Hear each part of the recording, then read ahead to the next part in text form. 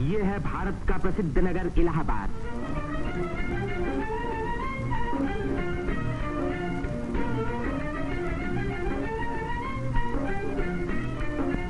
यहीं पहल उत्तर प्रदेश में एक विश्वविद्यालय की स्थापना हुई।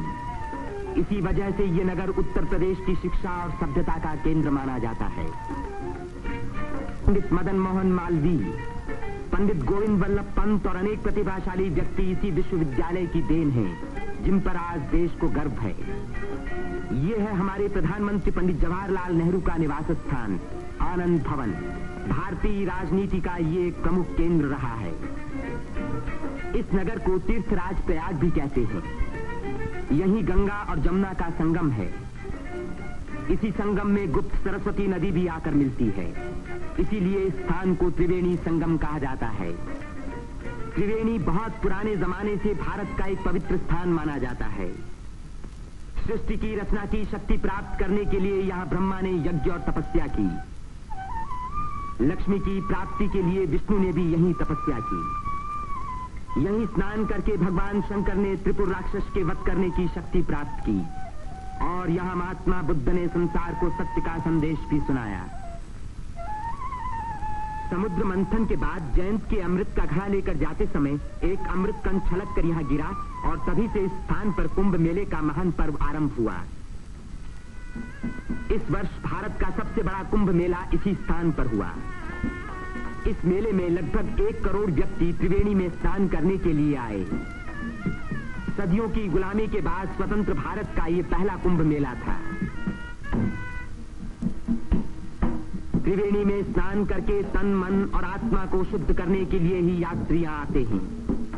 योगी और सन्यासी, गरीब और अमीर सभी प्रकार के लोग यहाँ इकट्ठे होते हैं। कुंभ मेले के मौके पर देश के नर नारी एक दूसरे के धार्मिक विचारों से परिचित होते हैं। धार्मिक संस्थाएं योगी और सन्यासी यौगिक क्रियाओं को दिखाते हैं।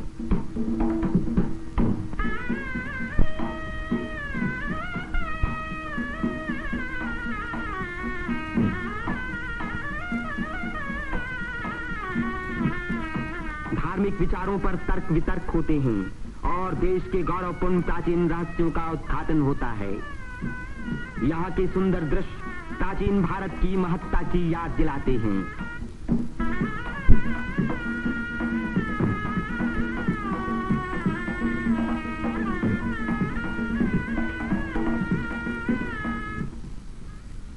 मेले के धार्मिक रूप के अलावा उसके दूसरे दृश्यों में सुंदरता और स्वतंत्रता का रंग चमक रहा था।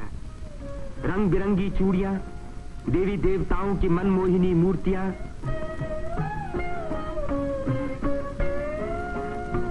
हरी जपन की मालाएं, सिंदूर और चंदन के ढेर, औरतों के साज श्रृंगार, बच्चों के खेल खिलौने, लाल बुझक्कर मिट्ठूनियां। तीर्थ यात्रियों की सुविधा और सुरक्षा के लिए और स्वतंत्र भारत के इस महान पर्व को सफल बनाने के लिए उत्तर प्रदेश सरकार ने अपनी ओर से कोई कसर उठा न रखी। मेला शुरू होने के कई महीने पहले से ही सरकार की ओर से तैयारियां शुरू हो गई थीं। उबड़ खाबड़ जमीन को समतल बनाने के लिए बुलडोजर जैसी बड़ी बड़ी मशीनों से जमीन की सतह ठीक की गई।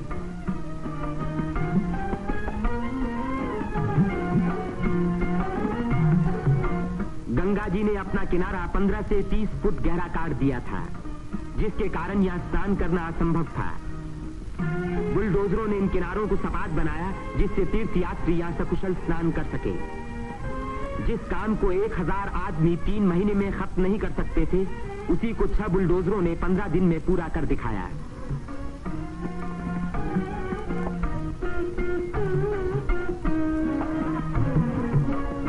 फौजी इंजीनियरों ने सड़कों पर बिछी रेलवे लाइनों के ऊपर पुल बनाने में बड़ी मदद की।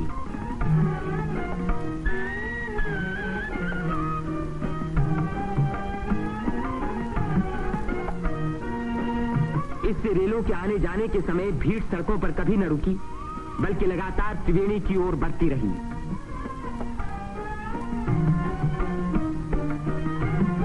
जगह की कमी के कारण ज्यादा लोगों के रहने का इंतजाम गंगा के पूर्वी तट पर झूसी की ओर किया गया। वहां से शेष मेले तक आने के लिए भारतीय सैनिकों और उत्तर प्रदेश सरकार के सार्वजनिक निर्माण विभाग ने पीपों के 6 पुल बनाए। कुंभ मेले के इतिहास में यह पहला मौका था जबकि यहां बिजली लगी। 1000 बिजली के खंभे लगाए गए, जिनके लिए 160 मील से अधिक लंबी तार लाइन इस्तेमाल हुई। उत्तर प्रदेश के स्वास्थ्य विभाग ने यहां सफाई का बड़ा अच्छा बंदोबस्त किया। चारों तरफ मशीनों से लगभग 250 मन डीडीटी का भारी छिड़काव किया, जिसके कारण मेले में मच्छरों व मक्खियों का नामो निशान बाकी न रहा। मेले के आरंभ से ही सरकार ने हैजे के टीके लगवाने का प्रबंध किया। यात्रियों को सलाह दी गई कि वे मेला क्षेत्र में आने से पहले टीके लगवा लें। कदाचित इसी व्यवस्था के कारण मेले के मौके पर कोई भी रोग नहीं फैला। इतनी भारी भीड़ भाड़ के मौके पर आमतौर से दुर्घटनाएं हो जाया करती हैं। इन दुर्घटनाओं का सामना करने के लिए उत्तर प्रदेश सरकार ने चिकित्सा एवं स्वास्थ्य विभाग की एम्बुलेंस गाड़ियों से घायल और बीमार यात्रियों को तुरंत अस्पताल पहुंचाने का पूरा प्रबंध किया। 9 अस्थायी अस्पताल डेरों में खोले गए, जिनमें 228 रोगियों को रखने का इंतजाम था। गरीब रोगियों को खाना मुफ्त में दिया गया। राशनिंग विभाग ने यात्रियों की सुविधा के लिए यह आटा, शक्कर, मिट्टी का तेल और अन्य जरूरी सामान का भारी स्टॉक जमा किया, जिससे इन चीजों की कीमतें न बढ़ पाईं। इसी प्रबंध के कारण हर व्यक्ति को सस्ते मूल्य पर अपनी इच्छा का खाना मिल सका।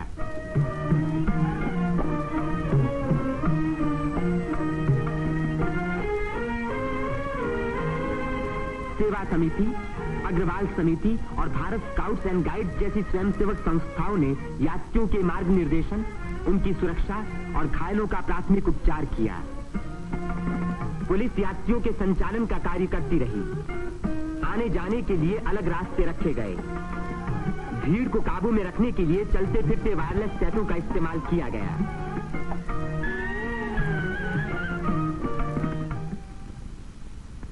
भूले भटके लोगों को खोज निकालने और उनको उनके घर वालों तक पहुंचाने का खास इंतजाम किया गया।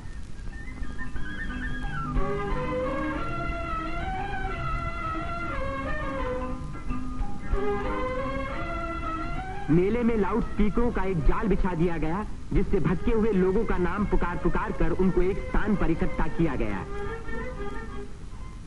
मेले के आरंभ होते ही उत्तर प्रदेश के मुख्यमंत्री पंडित गोविंद वल्लभ पंत ने मेले के बंदोबस्त का मुआयना किया। इस तीर्थ स्थान पर जमा हुए लाखों मेहमानों के सुख सुविधा की उन्हें बड़ी चिंता थी।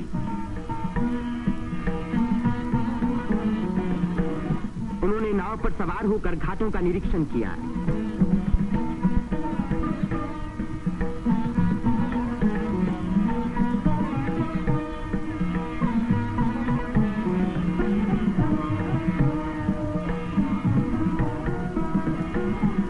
उन्होंने पीपे के पुलों को भी देखा। ये अखाड़ा जो ऐसे ही एक पुल को पार कर रहा है, पुल की मजबूती का सबूत है।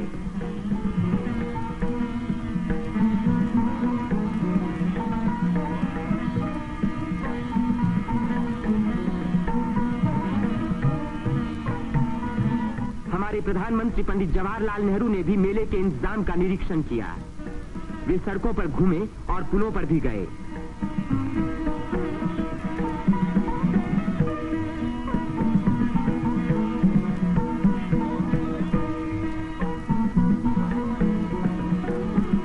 उन्होंने अन्य स्थानों को भी देखा भाला।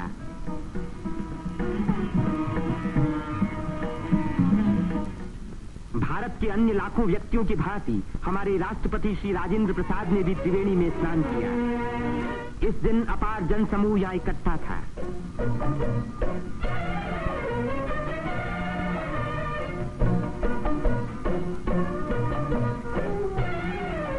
हर घाट पर लोगों की भीड़ स्नान कर रही थी। उसमें नया जोश था और नई उम्मीदें थीं।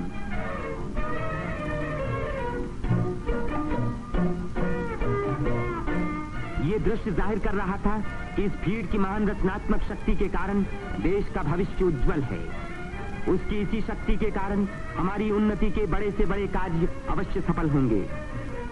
जिस स्थान पर मनुष्य और देवताओं ने यज्ञ किए और भविष्य का संकल्प किया, उसी स्थान पर इन नर नारियों ने आज भारत को फिर से बलवान और सुखी बनाने की प्रतिज्ञा की और भारत की स्वतंत्रता को अमर रखने के लिए अपने शरीर में एक नए प्राण को जन्म दिया।